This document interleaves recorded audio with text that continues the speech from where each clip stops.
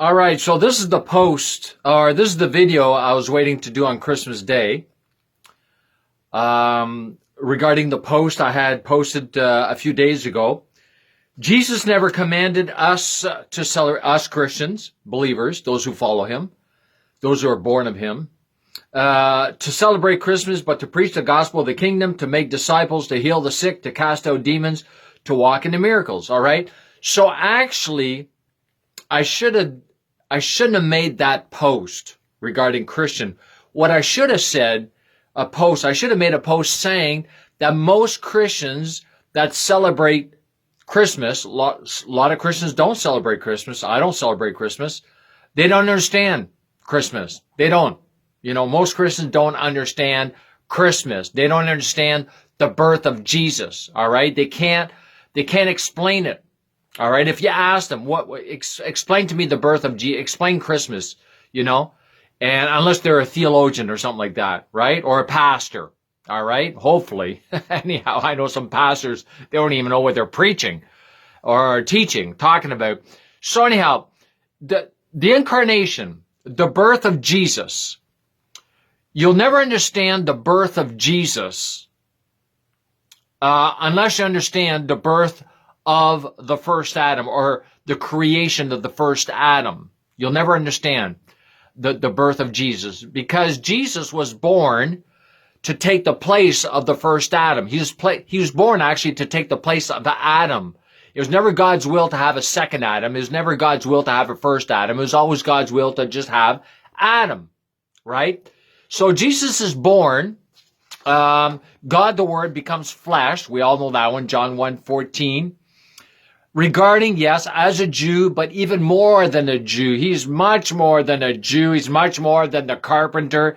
He's the second Adam. He's the last Adam. He's the new Adam to take the place of the first Adam because of what Adam did back in the garden. All right? So, we have the creation of Adam. That's in Genesis chapter 1, chapter 2, that creating God's image. Then we have the fall of Adam, chapter 3. And then we have a very interesting little verse in chapter 5, which really helped me tremendously quite a few years ago when the Lord began to unravel all this stuff for me. Found in verse 3, where it says that God created Adam, male and female, created him in his image. But then it says Adam had a son in his own image, no longer in God's image. So that's why God had to bring another son to take the place of the first son. Luke 3:38, the genealogy of Jesus according to Luke. Very different from Matthew, the genealogy of Matthew. So, we have this new Adam. We have the birth of Jesus, the new Adam, the second Adam, right? Why? To take the place, yes. So that's called, to take the place of, is called the substitution. All right? When you got a substitute teacher, let's say you're in class, whatever, English, science, math, whatever, you're in grade school, whatever school, university, whatever. And then your regular teacher, she can't make it a certain day, or they can't make it a certain day, or they get sick, whatever. So they bring in a substitute to take the place of. All right?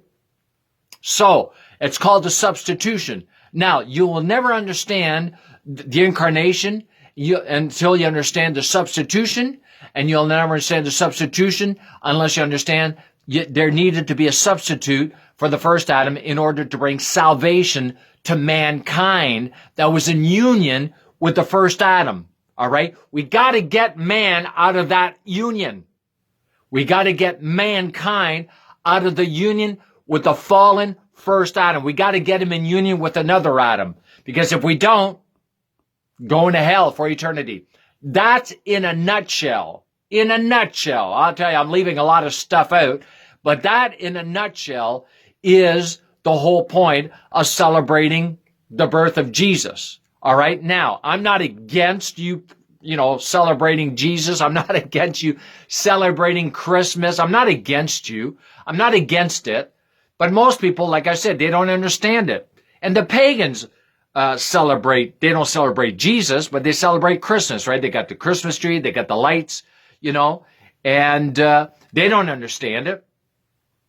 But see, that's what I said in the post. We're commanded to preach the gospel.